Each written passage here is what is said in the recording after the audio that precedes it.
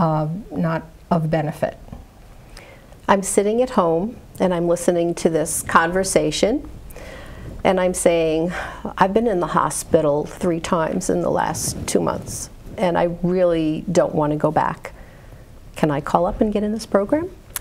You can only be admitted to the program. Because the program is run through Medicare, Medicare has a lot of rules about how you can participate. So I would hope that the person who is at home who is worried about being readmitted would be able to have some contact with their medical providers and ask for some help, or ask Elder Services for additional services at home to help them stay there safely. But the program really only addresses people who are in the hospital. That's how people are recruited into the program. Having said that, I think what I would note is that if somebody is already a client of Elder Services, I absolutely would say if they want to ask their case manager for the personal health record and they could start having that kind of a conversation, I would be happy to talk to their case manager about what that process is.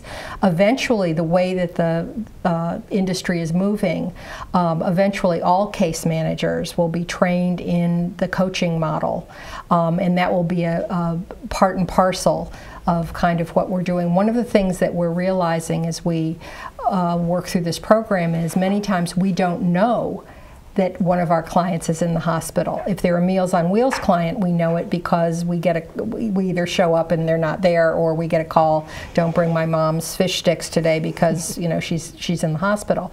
But there are many times we don't know that the person is in the hospital, and since we're only seeing them every 3 months, there could be a while. So more and more this is going to be integrated into the way that we're delivering care, and that we'll be much more aware of when the clients are in the hospital and be training our home care people to use coaching in their everyday interactions with the clients. So based on the conversation so far, I'm going to make an assumption, which is never really great to do, but the coach or nurse practitioner, the person who's going to be with them is assigned before they leave the hospital. How long does that person stay with them?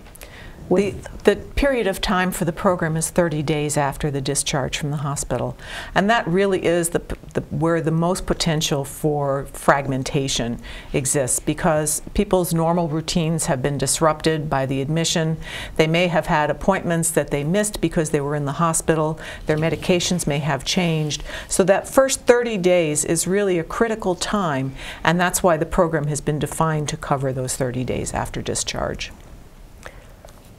What happens if you're readmitted after 30 days?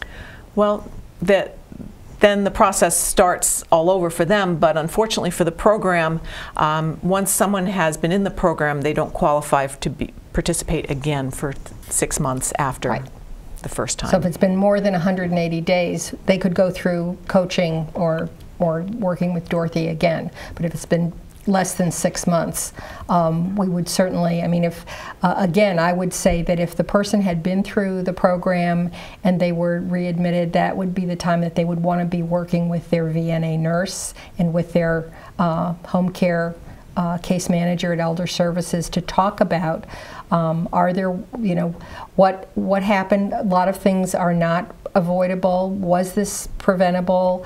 Just to learn more and to have those discussions, and again involve other family members. Sometimes people they don't want to bother their family members, and so you say, well, why did you wait 4 hours to call? Well, my kids are busy. I didn't want to ask them. Well, if you'd called somebody the minute you had the fall, maybe this is a situation where we would be talking to somebody about getting a personal emergency response device. So I think, again, even though they might not go into the program, I think this is something that we want to bring to people's attention, that if going to the hospital more than once a year is kind of the way you've been living your life, that's something we ought to think about and have conversations about and see if we can find other ways to address your needs.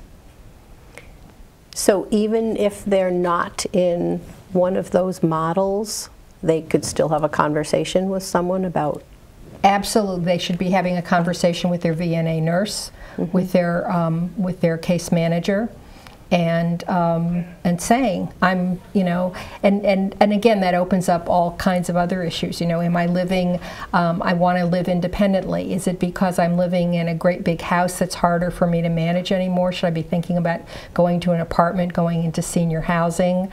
Maybe I'm ready for assisted living. Somebody told me I can't afford that. Well, is that true or not?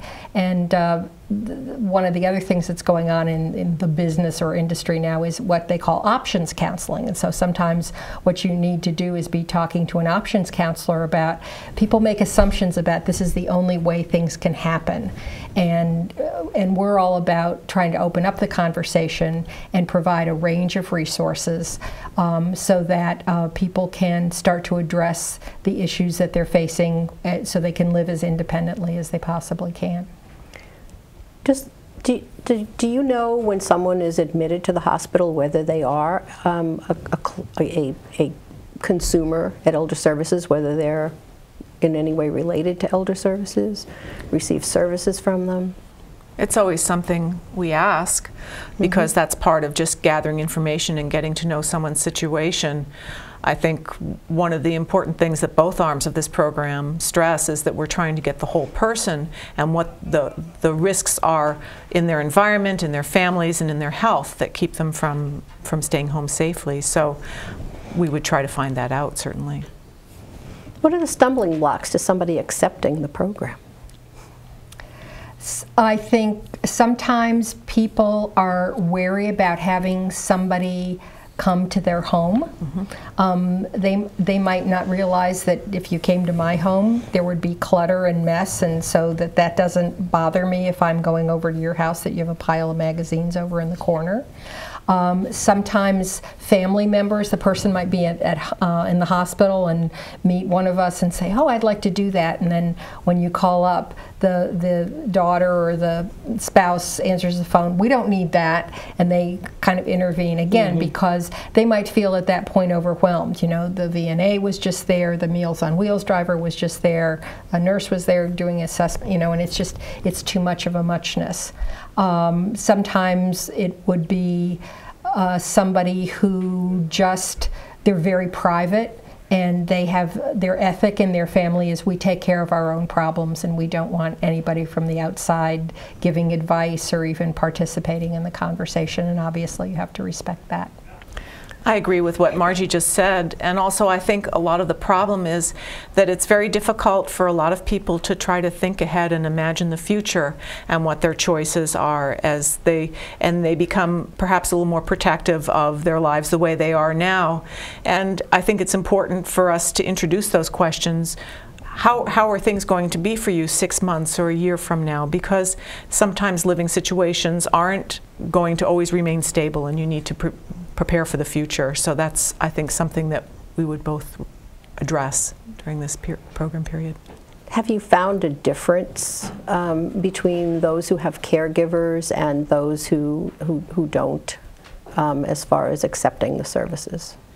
In terms of accepting, I can't say that I have personally. It would be interesting to talk to my colleagues. I don't know about you, Dorothy. I don't know if there's a pattern that's emerging yet.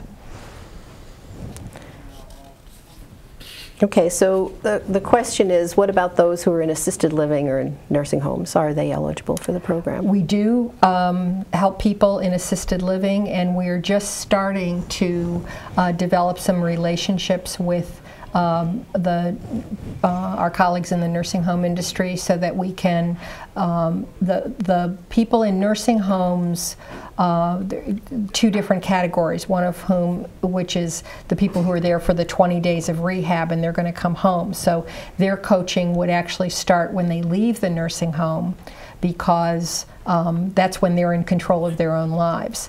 What's it going to look like because a lot of people who are readmitted are from nursing homes, and that's more going to be working with the staff in addition to the person, because sometimes what we're learning is that the person comes back because the person who's on duty, say on a weekend, who isn't as well trained, something happens and they don't know who to call, or they don't know that this is, or that the person should just go to the ED just to be checked out and come back.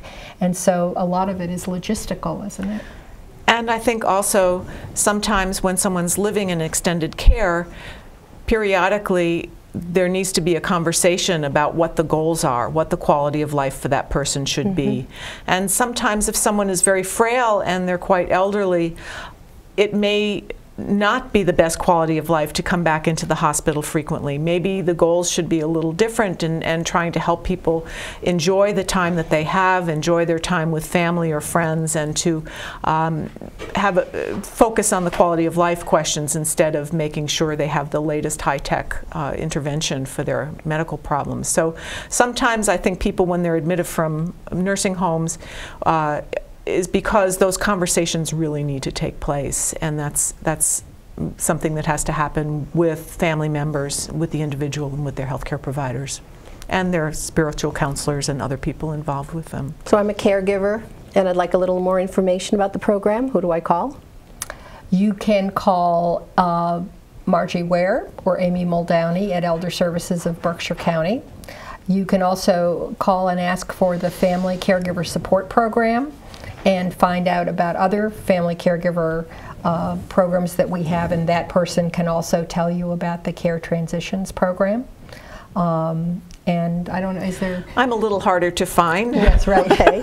So I would say go to Elder Services first, and then we'll pass it on in our... we have meetings all the time. Thank you. This has been Margie Ware and Dorothy Phillips, and this has been about the Care Transitions program. Thank you for watching Berkshire Senior Television.